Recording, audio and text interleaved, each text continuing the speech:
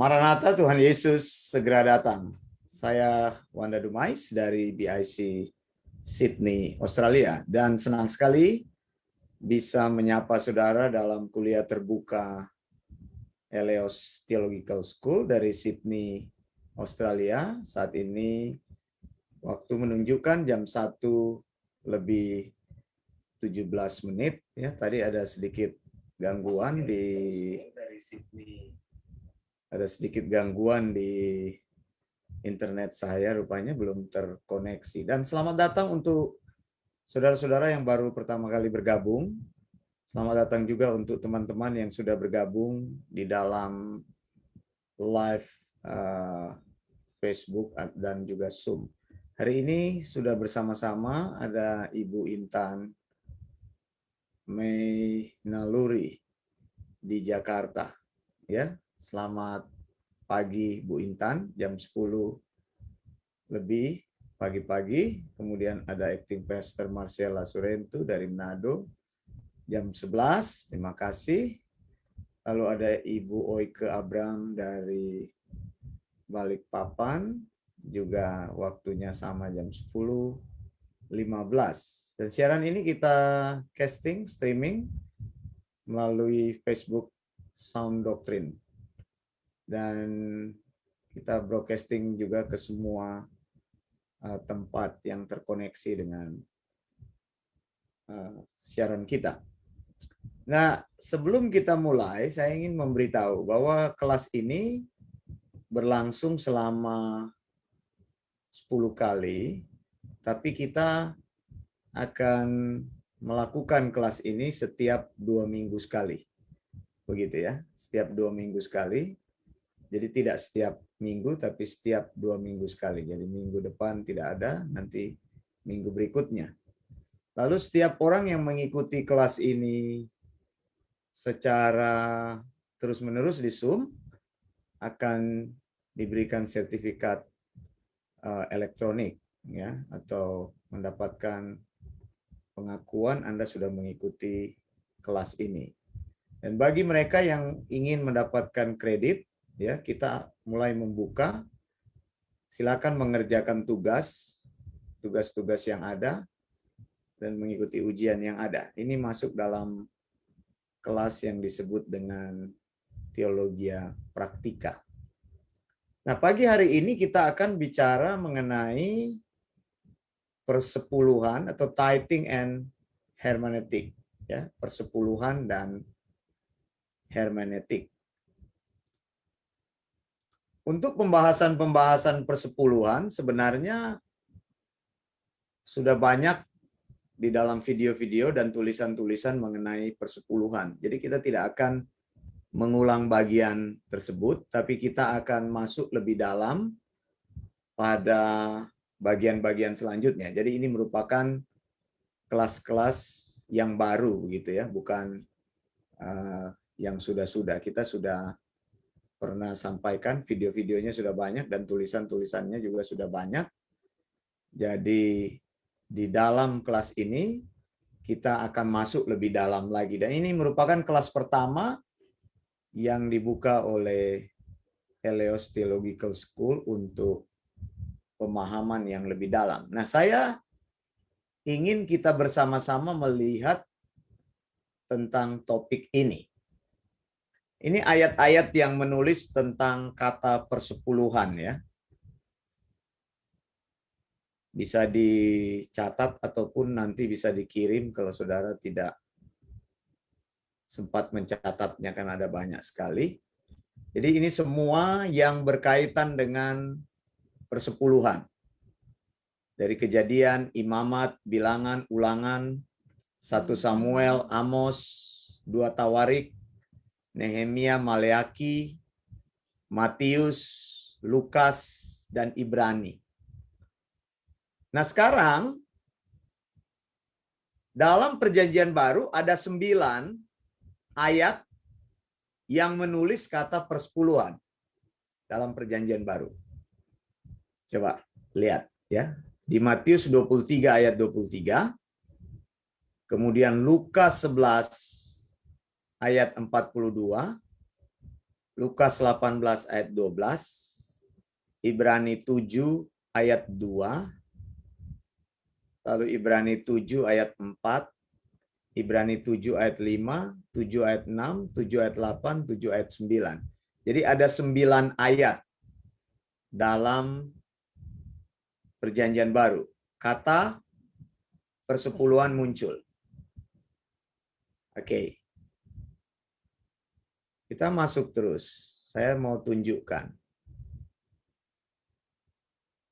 Sekarang kita lihat dalam Kejadian 14 ayat 20, saya akan bukakan dari Textus Receptus atau Alkitab dalam bahasa asli Perjanjian Lama. Kata persepuluhan pertama kali muncul adalah di sini, lihat. Ma'aser itu, kalau tadi malam kita sudah belajar yang mengikuti kelas Ibrani, tadi malam kita tahu kan bahwa Ma'aser ini adalah kata benda. Jadi lihat di sini, dia ditaruh awalan, mem. Lihat. Nah, kata dasarnya adalah ayin, kemudian sin, dan res. Jadi dibaca apa itu? Coba yang sudah ikut. Bagaimana cara membacanya? Dibacanya apa kalau cuma 3 ini? Kalau cuma 3 ini, kata ini dikeluarin. Rootnya ini. Aser kah? Aser kah? Aser, ya. Aser, ya. Karena memnya ini kita buang. Ingat ya, di dalam kata benda atau kata kerja dari bahasa Ibrani selalu terdiri dari 3 atau terdiri dari 2, root ya. Saya menyebutnya root atau akar. Jadi aser. Jadi mem ini adalah sebuah tambahan atau sebuah prefix. Nanti di dalam bahasa Ibrani yang tertarik untuk ikut, nanti saya akan ajarkan bagaimana caranya menambahkan, bagaimana caranya melihat. Nah, sekarang kita lihat dulu kata ini. Saya selalu ingin mengatakan kepada kita, apabila kita ingin mempelajari konsep-konsep perjanjian lama, kita harus kembali kepada apa yang disebut dengan, sebentar, saya tarik dulu keyboard saya mendekat sini. Apa yang disebut dengan Bible Times. Bible Times. Jadi setiap penafsiran-penafsiran perjanjian lama itu tidak bisa asal ditafsir, tidak bisa asal dipahami tanpa mengetahui situasi yang berlaku pada waktu itu. Aser ini apa maksudnya? Begitu. Aser itu, ma'aser itu adalah 10%. Begitu. 10%. Artinya ini dari arti kata aser ini. Aser ya. Bahasa Ibrani tidak ada besar kecil ya. Jadi kalau saudara lihat saya menulis kecil atau besar sama aja ya. Jadi 10%. Aser ini artinya 10%. 10% apa? Gitu. Jadi sekarang kita perlu bertanya. Ini pertama kali muncul di Kejadian 14 ayat 20. Berkaitan dengan kata ma'aser, persepuluhan, dari kata dasarnya aser, dari ayin, sin, dan res. Aser itu artinya 10%. Nah, mengapa kata ini ada di dalam Alkitab? Kita perlu mengerti situasi pada waktu itu. Ada yang tahu nggak dari mana? 10%. 10% ini biasa ya, 10%. Tahu ya 10% ya. Jadi 10% itu bilangan matematika. Misalnya kita punya uang 1 juta, 10%-nya berapa? 100.000. 100.000 kan? Jadi dikali 10%, 100.000. Itu maksudnya 10%. Jadi 10%. Tidak ada arti lain. 10% itu aser itu adalah 10%. Nah, sekarang dari mana kata aser ini muncul? Dari mana? Kata aser ini muncul. Tadi saya sudah bilang Bible Times. Dari mana kata aser ini muncul? Ada yang tahu nggak? Dari mana? Kalau Kejadian 14 ayat 20 ini bicara mengenai saat Abraham memberikan 10% kepada Melkisedek. Melkisedek. Betul ya? Coba ya saya cari dia punya ayat. Kejadian 14 ayat 20. Saya kopikan ke sini ayatnya.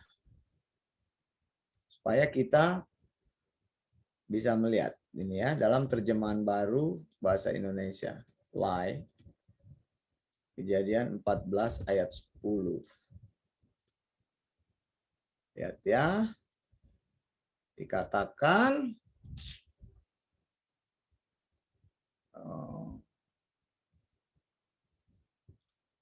ya, ini aja. Dikatakan lalu Abram memberikan kepadanya 1/10. Jadi tadi kata yang di sini muncul adalah maaser. Gitu, maaser, 1/10. Nah, sekarang saya tanya, kita diskusikan, dari mana sebenarnya Abram tahu 10% itu? Coba Bu Intan, kita diskusi ya. Dari mana Abram tahu 10% itu? Aser itu. Kalau nggak salah, dia kan dulu penyembah berhala, jadi biasa memberikan persembahan gitu ya.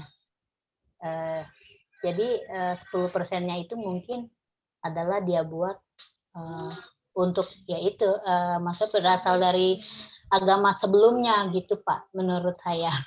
Baik, terima kasih. Jawabannya bagus. Jadi berarti Abraham memberi 10% ini 1/10 ini karena kebiasaan yang dia tahu ya pada waktu itu ya. Menurut Bu Intan. Bukan karena Tuhan mengilhamkan kepada dia. Bukan kan? Bukan Tuhan memberikan perintah kepada dia. Tapi karena dia memahami ini adalah sebuah kebiasaan yang dia praktekkan sebelum dia menjadi orang percaya. Begitu ya Ibu Intan bilang. Nanti kita akan diskusikan. Tidak masalah. Jadi 10% ini adalah sebuah kebiasaan. Makanya tadi saya bilang Bible Times. Coba lihat bagaimana caranya orang-orang ini mengenal kata 1/10 itu. Yang lain lagi, silakan. Yang lain lagi. Dari mana kita tahu? Silakan. Siapa yang mau kasih pendapat? Dari mana? Hukum yang ada di daerah tersebut memang harus memberi 10% dari hasil jarahan perang. Hukum yang ada di daerah tersebut. Oke, jadi dari law ya tadi. Sekarang saya tulis di sini. Ada satu, Bu Intan katakan tradisi atau kebiasaan, kemudian custom, betul? Atau law. Ya, kalau tradisi itu tidak dilembagakan, betul? Tradisi itu hukum yang tidak tertulis. Cicak bunyi, jangan dulu jalan. Begitu, orang tua bilang, ada cicak bunyi, tunggu sebentar. Jangan dulu jalan. Begitu kan, itu tradisi itu. Saya nggak bilang itu harus dipatuhi. Tapi kan kita tahu kan tradisi. Apalagi tradisi-tradisi yang saudara tahu. Coba sebelumnya. Kita kembangkan ini konsep tradisi yang Bu Intan sampaikan. Apalagi tadi saya bilang cicak bunyi nggak boleh jalan. Apalagi yang saudara tahu di kebiasaan saudara. Apalagi Lebaran misalnya memberikan uang kepada keponakan-keponakan itu kan juga tradisi. Oh iya, kalau Lebaran orang tukar-tukar duit. Mhm. Atau Natal orang tukar uang kecil nanti bagi-bagi. Itu tradisi. Tidak ada hukum kan yang menulis tentang itu, tapi sebuah kebiasaan yang Dilakukan diturunkan. Tiap tahun atau terus menerus. Jadi semacam sebuah ketetapan yang tidak tertulis. Ada lagi nggak yang Anda tahu sepanjang Anda tahu tradisi apa? Silakan. Tradisi apa? Tradisi memasang pohon Natal. Tradisi memasang pohon Natal. Oh ya, ini tradisi memasang pohon Natal, betul. Ini tradisi agama ini ya. Terbatas di agama Kristen. Ada nggak yang lebih besar lagi, tradisi yang lebih besar yang melintasi semua agama? Tradisi mudik misalnya. Mudik juga Lebaran, ya. Lebaran. Tidak juga terbatas Lebaran. Natal juga. Orang Kristen bisa juga mudik. mudik pada saat Lebaran karena libur panjang itu. Tapi tradisi yang lebih khusus itu apa? Tadi saya bilang cicak bunyi, terus Hamil nggak boleh duduk di depan pintu kalau jam 6 sore. kalau hamil tidak boleh duduk di depan pintu jam 6 sore. Katanya apa katanya? Ada jam sore. Katanya apa? Nggak tahu, nanti ada yang lewat, ada yang apa. Oh, oke. Bayinya dicuri begitu, apa bisa keguguran dan Cacat sebagainya. atau gimana? Itu yang disebut dengan tradisi. Kemudian ada custom, ada law yang sudah dituliskan, yang sudah dibakukan dalam sebuah aturan. Nah, sekarang kita sudah masuk dalam Aser ini. Jadi sebenarnya Abraham tidak ada perintah dari Tuhan untuk memberikan 1/10. Jadi muncul dari tradisi, saya setuju. Mengapa? Karena memberikan persepuluhan sudah muncul jauh sebelum Musa membangun hukum persepuluhan atau memberikan hukum persepuluhan kepada orang Israel. Jadi di bangsa Babilonia sudah ada kebiasaan memberikan persepuluhan. Ada beberapa catatan sebenarnya yang saya cari di sini. Sebenarnya bisa dicari di dalam buku daripada ini Henry Landell. Ini saya banyak dapat insight dari dia ya. Saya kasih besar ini. Jadi kebiasaan memberikan persepuluhan itu sudah muncul di tahun 2500 sebelum Masehi oleh orang Mesir. Gitu. Kenapa? Karena ada catatan-catatan inscription itu di batu, ditulis itu apa? Loh, batu. Di batu Prasasti. ya di prasasti itu diukir gitu. Kan dulu kan orang menulis di batu. Itu ada pemberian-pemberian itu yang diberikan begitu kepada tempel mereka, kepada tempat pemujaan. Begitu. Dan itu termasuk juga 10% itu. Jadi di Mesir ya. Kemudian Babel juga sudah melakukan persepuluhan. Gitu. Bangsa Babel juga ada catatan-catatan tertentu, ini bisa dicari. Begitu ya. Kemudian orang Akadian dan Assyrians itu juga sudah mempraktekkan persepuluhan. Kemudian Cyrus di Persia sudah melakukannya. Orang Kanaan juga sudah melakukannya. Begitu ya, dan sebagainya. Ada Roma dan ada Greek. orang Yunani. Greek, orang Yunani ya. Nah, sekarang kita sudah tahu ya konsep persepuluhan. Jadi persepuluhan itu dari mana? Originnya, asalnya. Dari mana? Dari pagan ya. Dari mana? Tradisi ya, kebiasaan. Dari Tradisi pagan. Pagan. Dari bangsa pemuja berhala. Itu bukan konsep Alkitab, persepuluhan. Jelas ya? Inilah hermeneutiknya mulai kita dapat nih. Hermeneutiknya mulai kita dapat. Nanti sebentar akan kita dalami dalam hermeneutiknya. Sekarang kita sudah mulai mendapatkan historicalnya. Untuk melakukan hermeneutik, sekarang kita masuk hermeneutiknya. Coba saya mau tunjukkan hermeneutik. Hermeneutik kan adalah menafsirkan.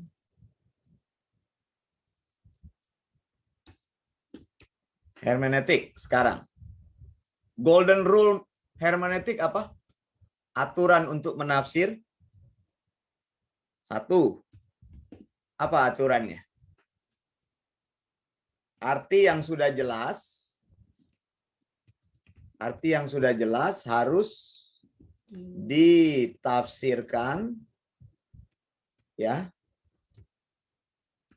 sesuai artinya. Begitu. Jadi tidak boleh lagi ditarik kepada arti rohani-rohaninya. Kalau bicara tentang persepuluhan, ya tadi 10% itu nggak bisa bilang persepuluhan ini supaya kamu diberkati dan sebagainya. Itu salah tafsiran itu. Gitu. Ini golden rule hermeneutik. Dan yang kedua, hermeneutik itu adalah Alkitab menafsirkan Alkitab. Jadi Alkitab menafsirkan Alkitab. Gitu. Tidak boleh kita menafsirkan dengan cara lain. Yang ketiga, kita menggunakan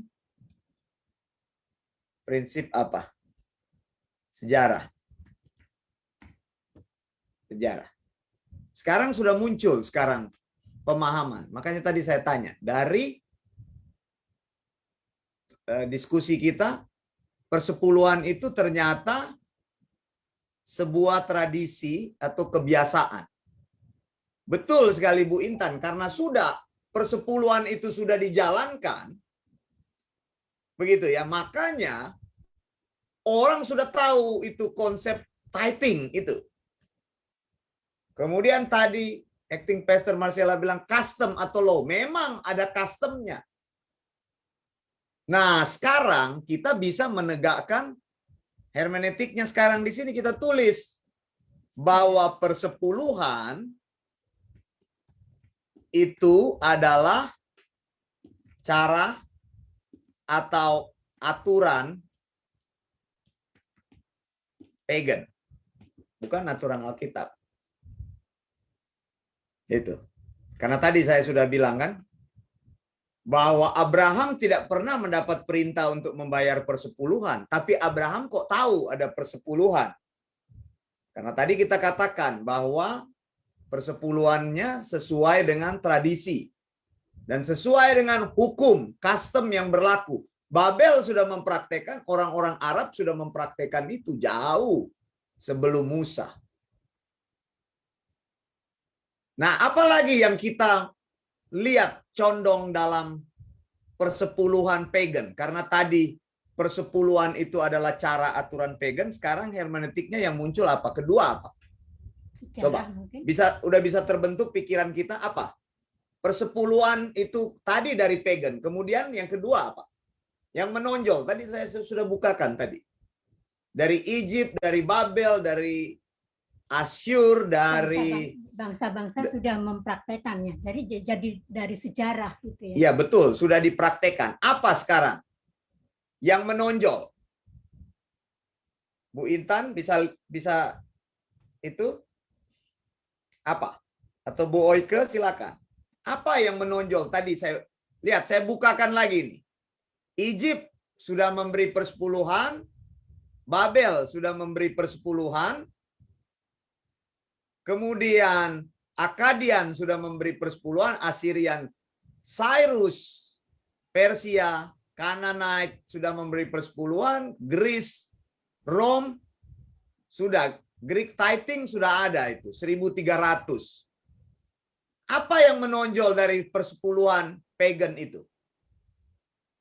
Apa? Rata-rata hampir semua diberikan kepada raja ya, atau ya rata-rata hampir semua diberikan ditujukan persepuluhan untuk raja. Jadi seperti pajak gitu mungkin, Pastor. Betul sekali, seperti pajak. Nah, saya Iya. ingin Seperti membawa pikiran saudara lebih tajam lagi. Pajak itu betul adalah sebuah pajak. tapi 10% itu adalah pajak. Memang tapi betul. menurut itu sepertinya juga upeti begitu juga bisa ya. Upeti, Upeti. pembayaran. Kerajaan. Nah, gitu. sekarang lebih tajam Membayar. lagi. Apa yang di situ? Persepuluhannya, materinya apa? Barang-barang ya. Materinya apa? Emas. Zaman dulu barang-barang kali ya, Barang-barang. kayak barter. Harga, Apa? emas, perak gitu. Ya duit. Ini dia. Jadi cash.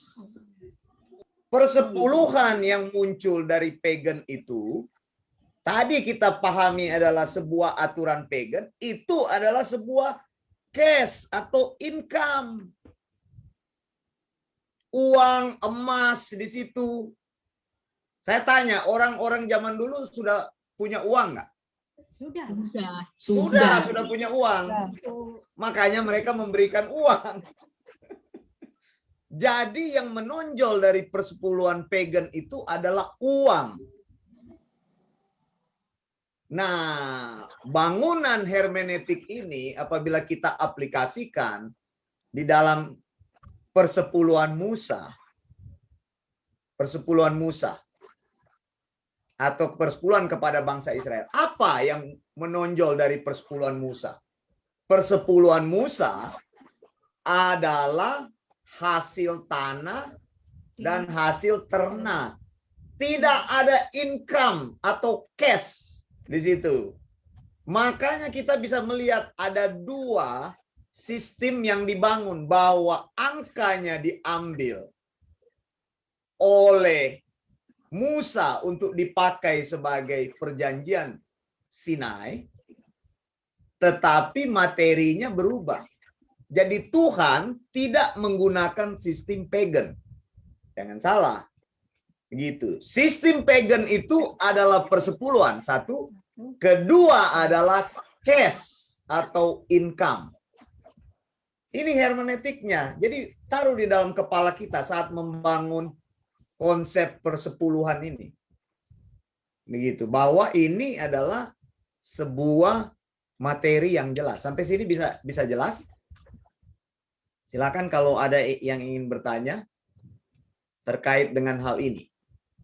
Jadi memang ini kalau engkau masih lakukan persepuluhan dan dengan income, engkau berada dalam wilayah pagan. Tuhan tidak pernah mengadopsi hukum-hukum itu. Makanya di dalam perjanjian baru muncul kata apa? Lihat. Ketika Yesus bicara Matius 23 ayat 23, kata yang pertama muncul kata apa? Coba baca di situ. hai kamu orang-orang munafik. Apa kata yang pertama muncul? Coba baca. Celakalah. Apa? Celakalah. Ini kata celakalah. Jadi ini bukan sebuah sistem yang Tuhan sedang anjurkan, tapi justru Yesus bilang celakalah. Di mana kata celakalah ini muncul yang sudah belajar kelas Wahyu? Di Wahyu Ya, Wahyu berapa? 9. Wahyu 9. Coba saya buka ya. Lihat. Kata celakalah ini. Kata celakalah ini. Wahyu 9.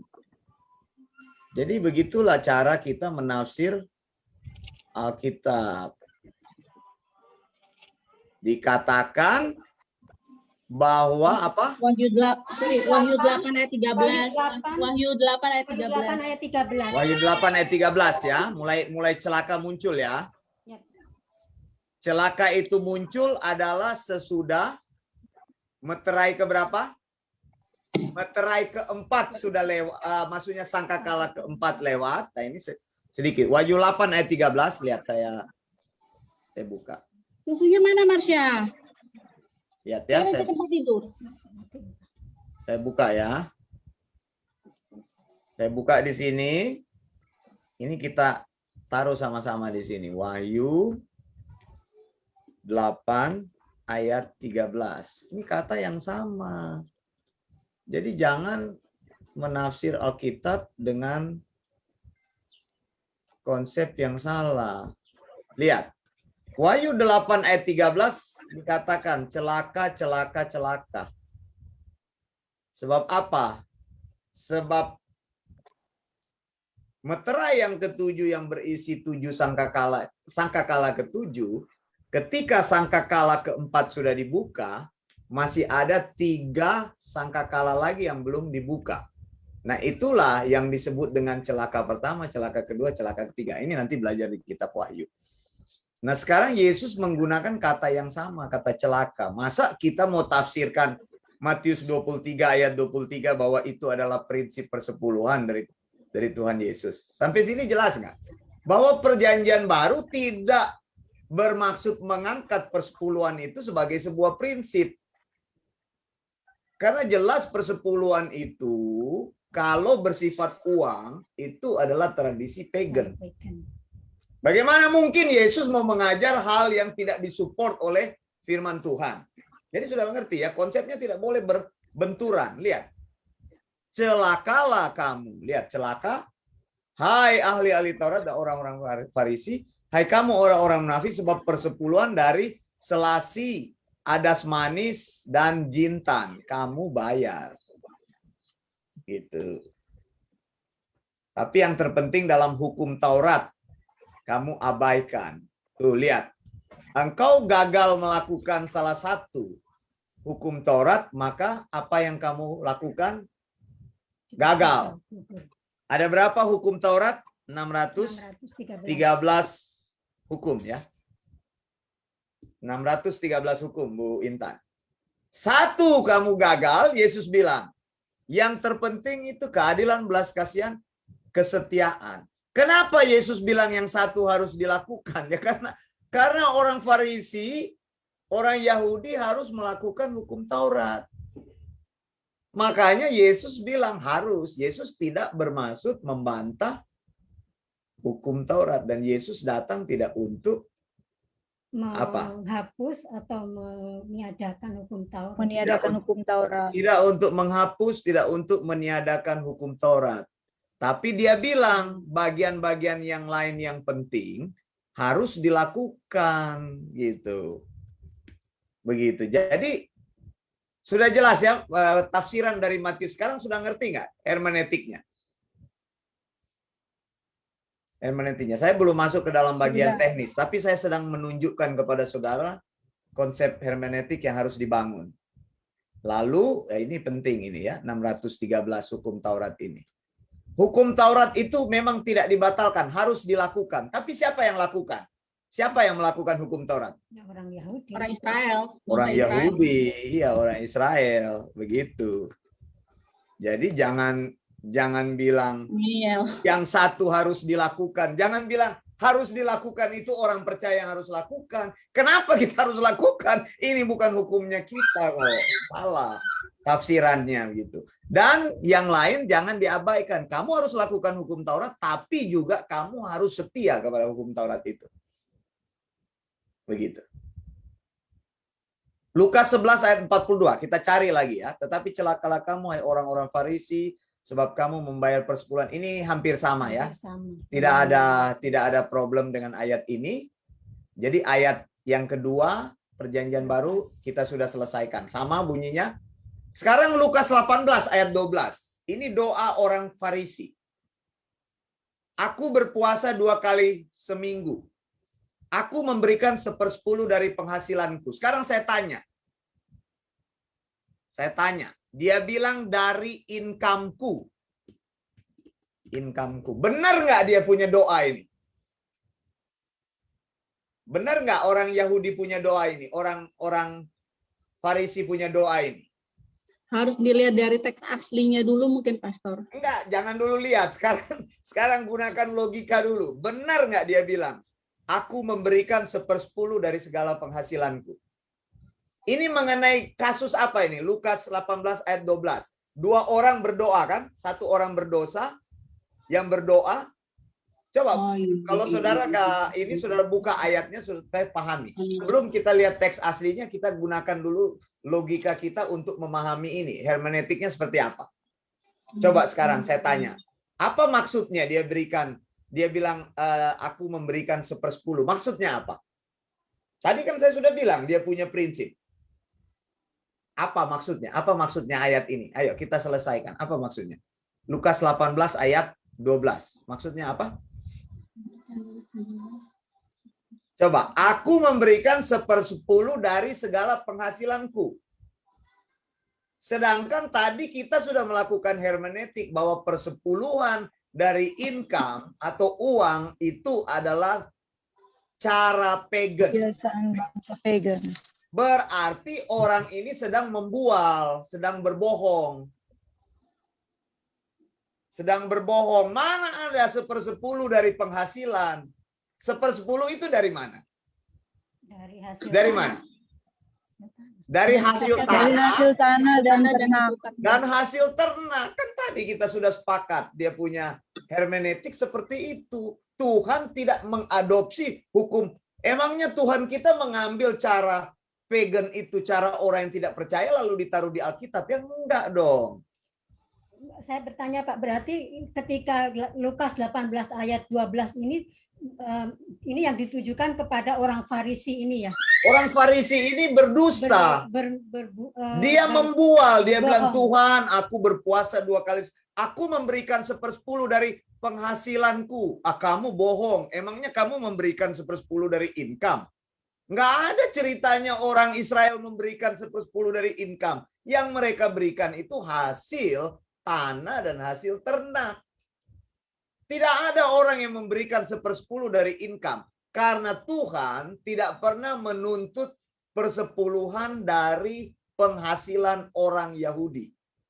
Kalau Tuhan menuntut, maka semua orang Yahudi memberikan persepuluhan. Siapa-siapa yang dibebaskan dari persepuluhan? Para janda. Janda tidak membayar persepuluhan. Lewi. Sekarang saya tanya, janda punya persepuluhan atau tidak? Sekarang saya tanya. Janda punya persepuluhan apa tidak? Punya, walaupun dia punya income nggak? Punya income maksud saya. Janda punya income nggak? Punya. Tapi Tuhan tidak menuntut income dari dia. Makanya dibebaskan dari persepuluhan. Jadi persepuluhan itu bukan uang. Kan tadi kita sudah sepakat. Makanya janda dibebaskan. Orang asing dibebaskan. Anak yatim dibebaskan. Orang miskin dibebaskan. Sekarang saya tanya, orang miskin punya income nggak? Ya punya, walaupun income-nya sedikit. Betul nggak? Makanya kalau gereja-gereja kalau di dalam gereja dituntut-tuntut orang miskin bayar persepuluhan, itu sudah miskin lagi dia. Diporotin lagi dia, begitu. Itu salah. Begitu. Jadi nggak boleh. Cara kita menafsir harus diubah. Begitu. Jadi ini orang berdusta nih. Dia memberikan 1/10 dari segala penghasilan. Berarti penghasilan dia dari gajinya diberikan dong 10%. Diberikan kepada siapa? Siapa yang menerima penghasilan itu? Tidak ada uang di dalam 1/10. Begitu. Sampai sini kira-kira jelas? Atau sampai sini jelas? Jadi kita sudah menyelesaikan 3 ayat ini. Kalau saudara mau baca lagi Lukas 18 ini dibaca mengenai persoalan apa itu. Jadi bukan persoalan persepuluhan yang ditekankan, tapi persoalan doa orang sombong dan doa orang yang betul-betul bertobat di hadapan Tuhan. Tidak ada kan unsur persepuluhan di situ yang disinggung. Hanya dia sendiri yang ngomong, oh Tuhan, saya sudah kasih 1/10 dari penghasilanku. Sekarang kalau Tuhan tanya, persepuluhan yang mana yang kamu kasih ke saya? Emangnya kamu kasih semua kamu punya uang? Uangnya kasih kemana? Kalau Tuhan tanya gitu, dia bingung. Karena jelas orang-orang Lewi tidak menerima uang. Makanya di dalam Maleakhi 3 ayat 8 sampai 10 dibilang apa? Bawalah segala persembahan persepuluhan ke dalam rumahku supaya ada apa? Makanan di rumahku. Bukan supaya di rumahku tabungannya banyak. Supaya di rumahku banyak uangnya. Supaya di rumahku ada cadangan emas. Tidak kan? Makanan yang Tuhan bicarakan di situ. Itu bukti bahwa bukan income, bukan money. Sekarang saya tanya, zaman dulu sudah ada uang apa belum? Sudah. Sudah. Apalagi bangsa Israel, misalnya orang Yahudi kan kebudayaannya juga sudah maju. Sudah kan? maju. Kenapa orang tafsirkan? Oh, zaman dulu kan orang membawa hasil bumi. Ya zaman sekarang nggak mungkin dong kita bawa beras ke dalam gereja. Ya lebih baik berasnya dijual dulu, ditukar uang, begitu kan? Itu kan tafsiran yang seringkali disampaikan. Tapi kita sudah belajar hermeneutiknya nggak begitu. Hermeneutiknya nggak begitu. Sampai sini jelas? Gitu. Jadi yang lain ini sudah gampang diselesaikan nih. Sudah gampang. Ibrani ini bicara tentang persepuluhan Abraham. Tadi kita sudah lihat kata pertama itu maaser, kata pertama itu. Itu maaser atau maaser. Sama kan itu kan awalan kan dalam bahasa Ibrani. Lihat, Abraham. Kemudian lagi Abraham. Jadi kurang lebih sama ini. Kemudian Lewi, berarti ini persepuluhan di dalam hukum ini. Lihat, dan mereka dari anak-anak Lewi menerima jabatan iman, mendapat tugas menurut hukum Taurat untuk memungut persepuluhan dari umat Israel. Lihat, yaitu dari saudara-saudara mereka. Kan sudah jelas. Persepuluhan orang Israel itu sebenarnya untuk apa sih sebenarnya persepuluhan orang Israel? Mengapa Tuhan tuntut? Mengapa Tuhan tuntut? Karena Orang orang Lewi kan tidak tidak bekerja, dia itu Lewi tidak melayani. dapat tanah perjanjian. Bukan nggak bekerja, salah, bukan nggak bekerja. Tidak mempunyai milik pusaka. Oh ya, oke. Tidak memiliki apa tadi tanah perjanjian. Ya Tuhan bilang, akulah milik pusakamu. Tapi orang Lewi bekerja nggak? Bekerja. Orang Lewi di Bait Allah. Orang Lewi itu jangan kira orang Lewi itu yang melayani di Bait Allah. Enggak. Orang Lewi itu yang mereka itu kerjanya itu kerjaan yang kasar itu.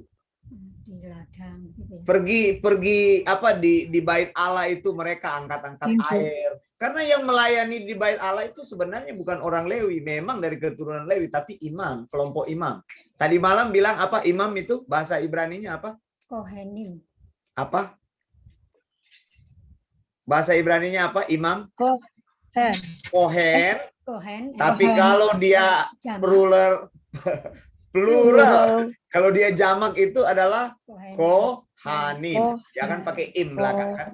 Tadi malam kita sudah belajar kan, kohen sama kohanim kan ada kata bendanya kohen, begitu.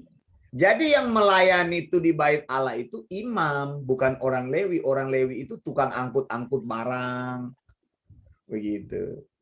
Jadi pekerjaan mereka di sekitar Bait Allah itu, tapi itu bukan kerjaan utama mereka. Mereka juga punya pekerjaan lain, karena kan pekerjaan itu tidak memberikan income kepada mereka. Tidak memberikan income pekerjaan itu. Tapi Tuhan bilang sebagai bagian orang Israel harus mendukung mereka dalam persepuluhan. Jadi orang Lewi itu sebenarnya orang-orang yang sangat miskin mereka. Rendah sekali mereka punya ini. Karena Tuhan suruh mereka bekerja utama itu bekerja di sekitar Bait Allah itu. Begitu. Kalau imam ya jabatannya lebih tinggi. Imam yang mengepalai mereka. Jadi ada imam besar lalu ada kelompok imam-imam. Begitu. Ini tidak susah lagi kita tafsirkan. Baik, sampai sini dulu. Ada yang mau diskusikan? Silakan. Jadi sudah mengerti dia punya tafsiran ya. Sudah jelas ya dia punya hermeneutik ya. Coba kita lihat. Di dalam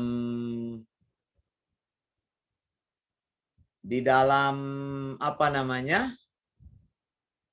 Coba lihat dalam Facebook apakah ada yang bertanya? Tidak ada yang bertanya. Yang berkaitan dengan masalah persepuluhan. Oke, teman-teman yang di sini masih ada waktu, silakan. Mau sharing berkaitan dengan persepuluhan, silakan. Nanti lebih dalam lagi kita bahas mengenai hermeneutiknya dalam kesempatan berikut. Jadi kalau yang dipakai dengan dikasih peraturan di gereja-gereja itu berarti mereka menganut sistem pagan ya Pastor ya. Betul sekali. Karena betul iya sekali. mereka kan menekankan 10% dari penghasilan mereka. Dari income mereka. Iya dari income mereka.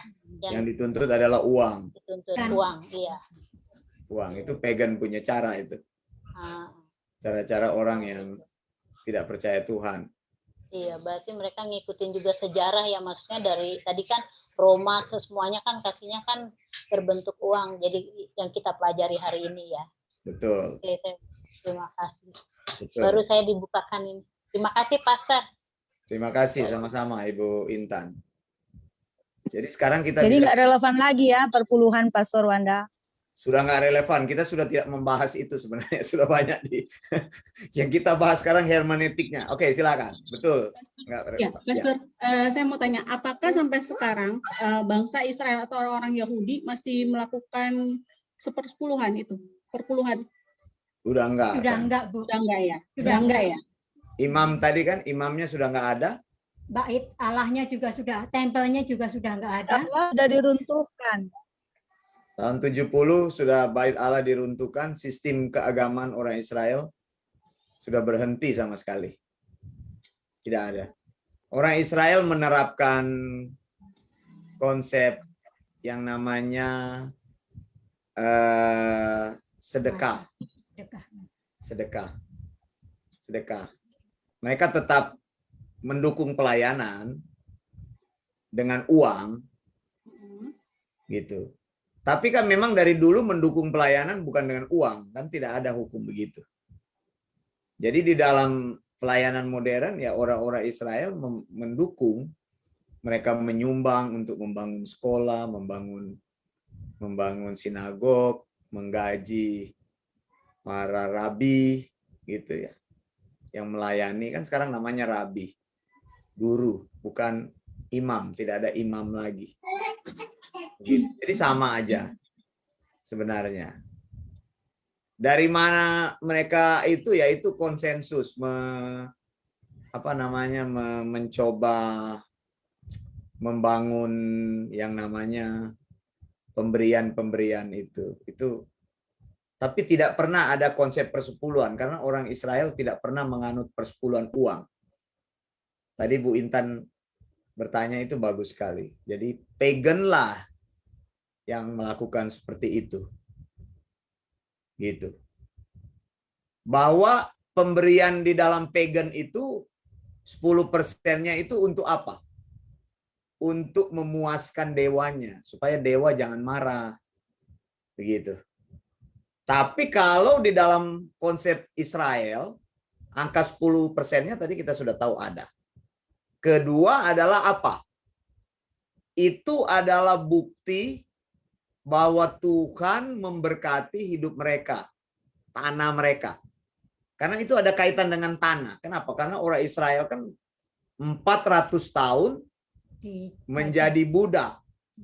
Menjadi budak di Mesir. Tidak punya tanah, tidak punya negara, tidak punya Ternak. segala kekuatan. Ternak mereka banyak. Oh ya, ternak banyak.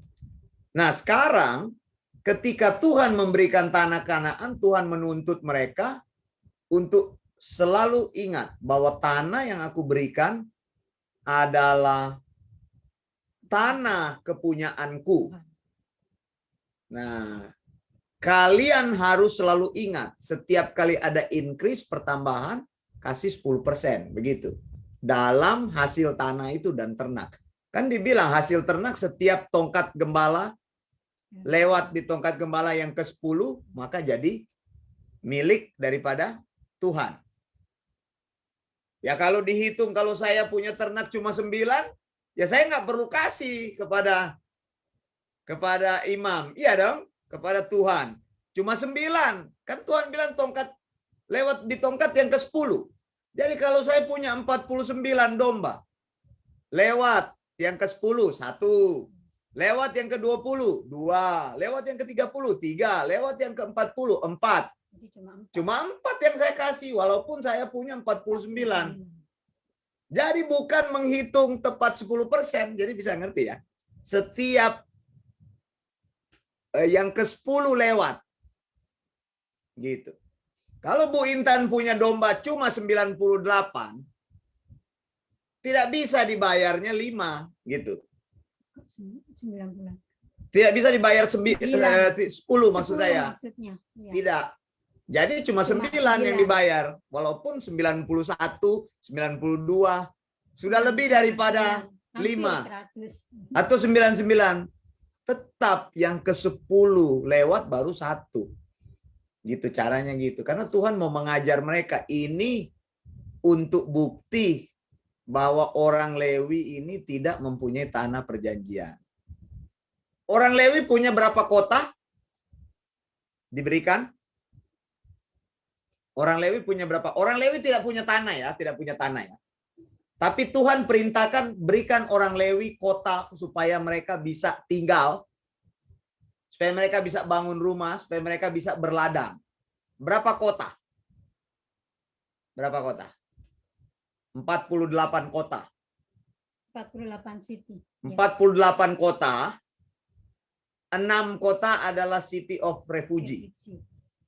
Jadi cuma 42 kota. Yang 6 kota itu adalah kota perlindungan. Kalau ada orang berbuat jahat sebelum diadili boleh lari situ. Itu ada di dalam Numbers 35 ayat 1 sampai 8. Ulangan 35 ayat 1 sampai 8. Bukan ulangan, bilangan. Sorry, Numbers. Bilangan. Numbers. Gitu ya. Tadi yang saya sudah tunjuk-tunjuk juga itu bisa dicatat. Jadi jelas dari sini kan, kalau kita lihat bahwa sebenarnya tanah dan ternak. Ya tanah juga, tapi tidak pernah melibatkan uang. Berarti sudah jelas bahwa Tempatnya juga di Israel saja. dan tempatnya di Israel memang. Dan untuk orang Israel. Jadi waktu Abraham memberi 1/10, itu betul yang dikatakan Bu Intan, itu dari tradisi dan betul dikatakan itu dari custom. Karena apa? Pertama, Abraham tidak memberi dari apa? Tidak memberi dari penghasilan hasil dari tanahnya. income. Dari income-nya tidak, Abraham tidak memberi dari situ. Abraham memberi dari hasil perang. Kedua, Abraham tidak memberi dari hasil tanah Israel. Begitu. Orang yang di luar Israel itu tidak boleh membayar persepuluhan. Mengapa? Karena tadi saya bilang tanah itu adalah tanah yang kudus. Tuhan hanya tuntut dari tanah di Israel. Jadi tidak dituntut dari tanah mana-mana. Kalau kamu tinggal di luar, kamu tidak boleh. Karena Terus apa? kita di Indonesia ya? Hah? Terus kita di Indonesia kasih perpuluhan. Bukan hanya Nah, di Indonesia saja, Bu, acting Pastor Ella. Semua negara. ya yang percaya sistem itu. Tapi ya ini dalam konteks Indonesia. Betul. Orang Israel tidak bayar persepuluhan, malah kita yang di Indonesia yang bayar. Ya betapa orang kita ini dibodoh-bodohin karena tidak mengerti hermeneutiknya dengan jelas. Begitu. Jadi bukan dari income saudara. Angka 10% itu kalau dari income ya kalau gajinya 10 juta ya harus kasih 1 juta. Harus kasih 1 juta. Kalau kasih sekali 1 juta ya ringan, tapi kalau sudah tiap bulan kasih 1 juta, 1 juta, 1 juta, ya berat. Sama kayak mencicil motor. Begitu kan. Orang cicil motor baru bulan pertama senang-senang, nanti 5 bulan ke-5 sudah mulai ngos-ngosan dia karena sudah banyak kebutuhan yang lain. Iya kan? Sementara ini cicilan ini selama berapa? 59 bulan. 5 tahun misalnya. 1 juta, katakan cuma 1 juta. Tapi kan berat. Kan bukan cuma itu. Itu maksudnya. Gitu. Jadi Tuhan tidak mencontoh bangsa-bangsa pagan. Kayak gitu. Jadi saya kira seperti itu. Sudah jelas ya, Bu Intan ya. Kita harapkan teman-teman nanti yang mengikuti akan bisa mengajarkan ini. Nanti kita akan ajarkan lebih dalam lagi yang berkaitan dengan hermeneutik. hermeneutik. Nanti saya ajarkan mengenai prinsip dispensasi, begitu, supaya kita betul-betul paham bagaimana caranya menafsirkan teks-teks di Perjanjian Lama. Gitu. Tidak hajar sana hajar sini, karena ada kata 1/10 di Abraham langsung dibawa masuk ke dalam gereja sebagai prinsip. Ini kan buktinya Abraham malah ngotot-ngototan. Ini Abraham kasih persepuluhan. Dari zamannya Abraham Dari sudah zaman memberlakukan Dari zaman sepersepuluh. Abraham, ini bukan zaman Musa loh. Jadi kita ini tidak ada dalam hukum Taurat. Loh, tadi kita sudah lihat Abraham 1/10-nya itu tidak dari mana-mana, tidak ada inspirasi dari Tuhan. Dan Abraham tidak membayar persepuluhan itu karena Melkisedek adalah imamnya Abraham. Dan Abraham tidak bayar persepuluhan karena supaya dia diberkati, tidak. Abraham jelas adalah orang yang diberkati. Kejadian 12 sudah lebih dulu kan? Kejadian 12 Tuhan sudah memberikan perintah, aku akan memberkati engkau. Coba. Sebelum kejadian 14 kan ada kejadian 12. Nah, kayaknya konteks ini jelas sekali. Coba lihat. Kejadian 12. Perjanjian Abraham.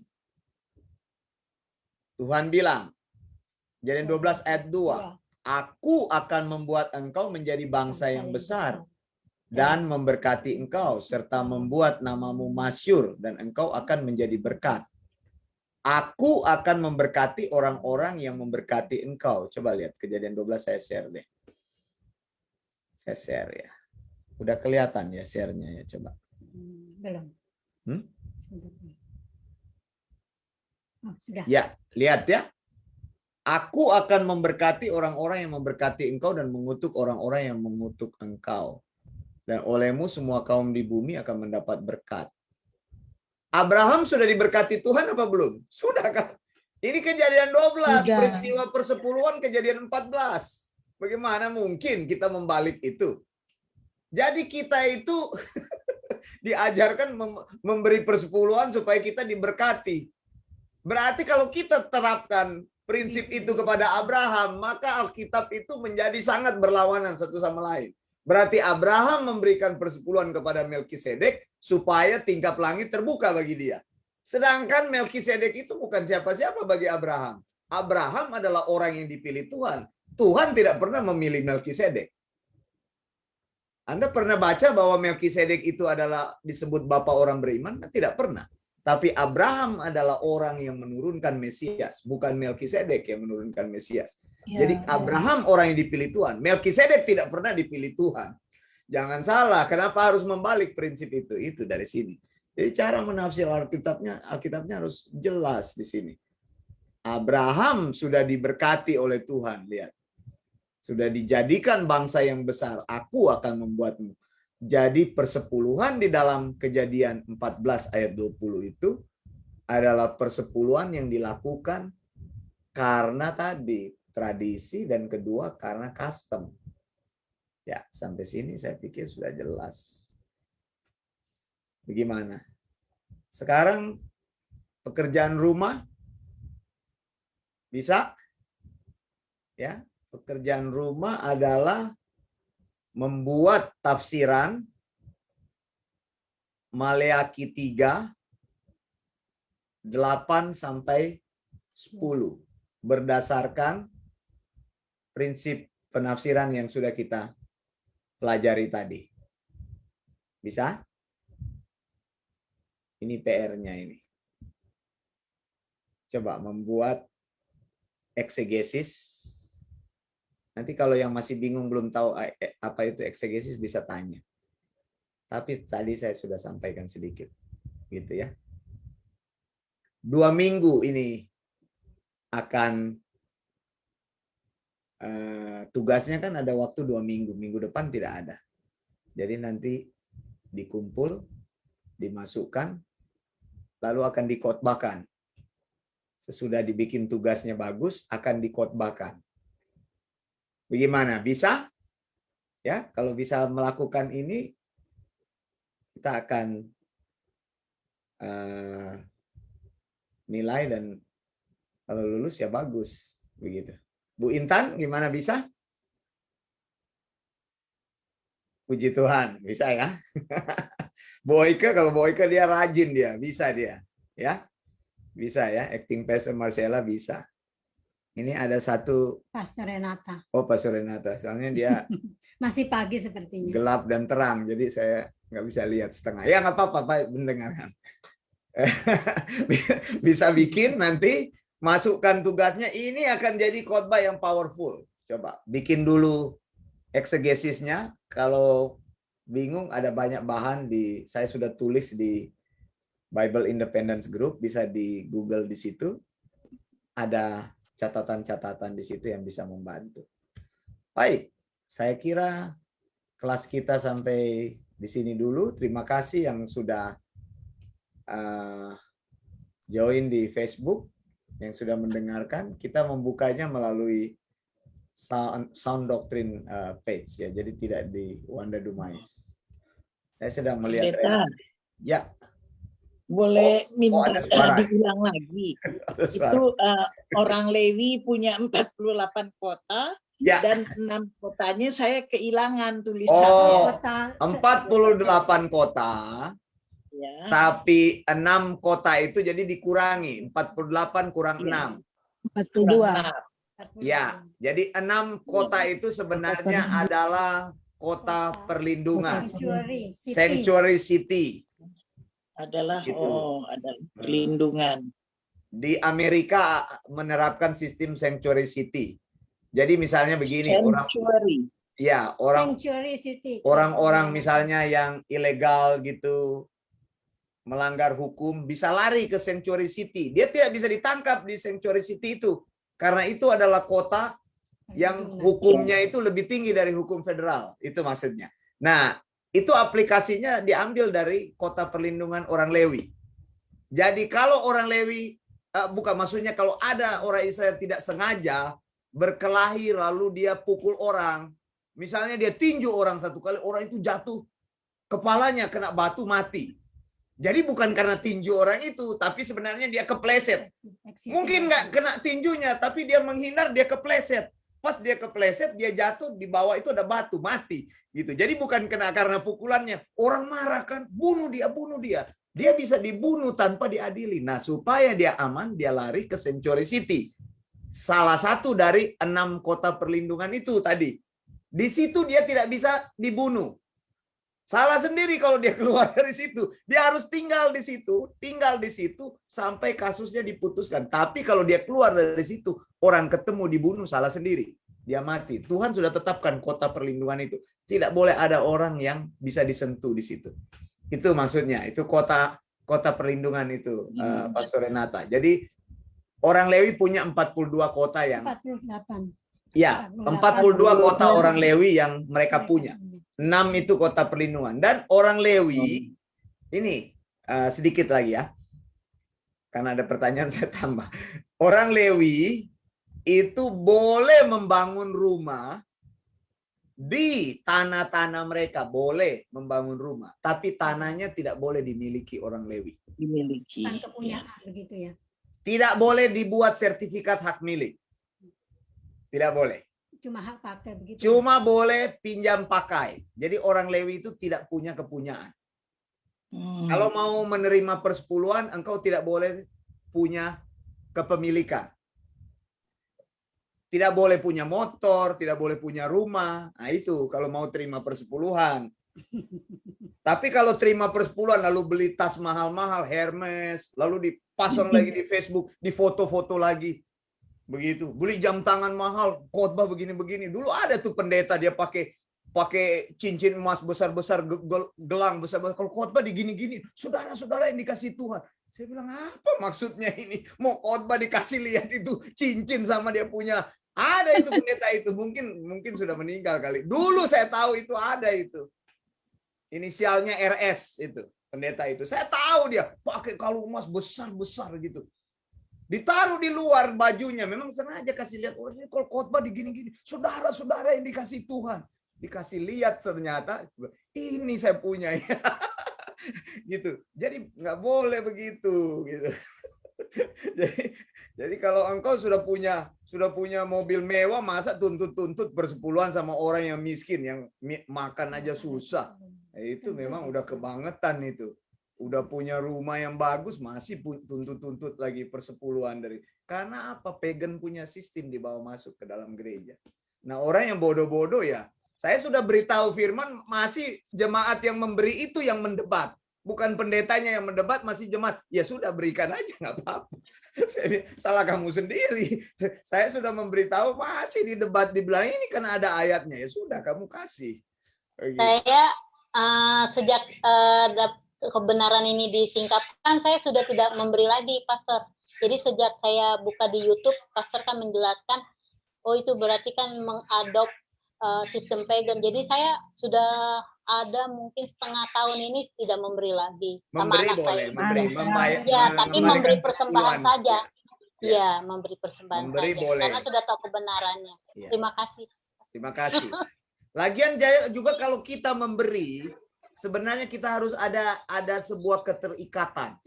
Saya memberi kepada orang ini, saya tahu orang ini saya beri kepada orang ini. Tapi orang yang membayar persepuluhan itu mereka memberi karena terpaksa, mereka tidak ada keterikatan. Jadi mereka tidak tahu, yang penting memberikan dikasih tahu. Kalau kamu beri, kamu tidak usah tahu kepada siapa kamu memberi itu. Pokoknya kasih saja.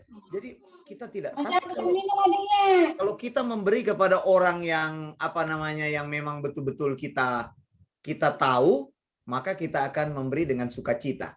Begitu. Makanya lebih baik kita memberi kepada orang yang kita rasa kita senang mau memberi. Begitu kan? Kita tolong dia karena kita tahu dia membutuhkan. Saya kira begitu dulu. Ini ada tadi, sudah jelas ya Pastor Renata ya? Iya, jelas. Sudah jelas Terima ya? kasih, Pastor. Tugasnya sudah jelas kan? Iya, Maleakhi Haleluya. 3 ayat 8 sampai 10. Haleluya, gitu. Mudah-mudahan bisa dikerjakan ini tugas, nggak ada kesibukan tertentu, bisa dikerjakan. Haleluya. Baik. Gitu. Puji Tuhan. Baik, kita akan tutup. Pastor Erna akan doa untuk tutup kita. Bapak yang kami sapa dan kami agungkan di dalam nama Tuhan Yesus, terima kasih Tuhan kalau hari ini kami bisa belajar tentang apa itu persepuluhan dan bagaimana persepuluhan itu.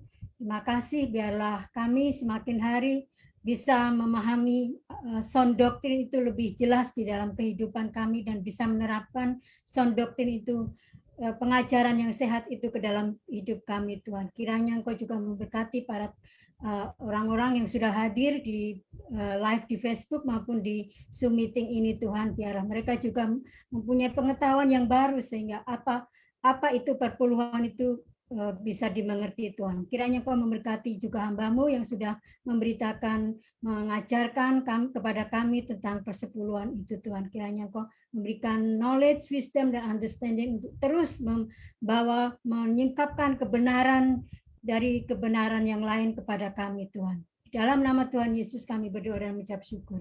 Amin. Amin. Terima kasih. Maranatha, Tuhan Yesus segera datang. Sampai jumpa pada Tuhan. Bye. Bye.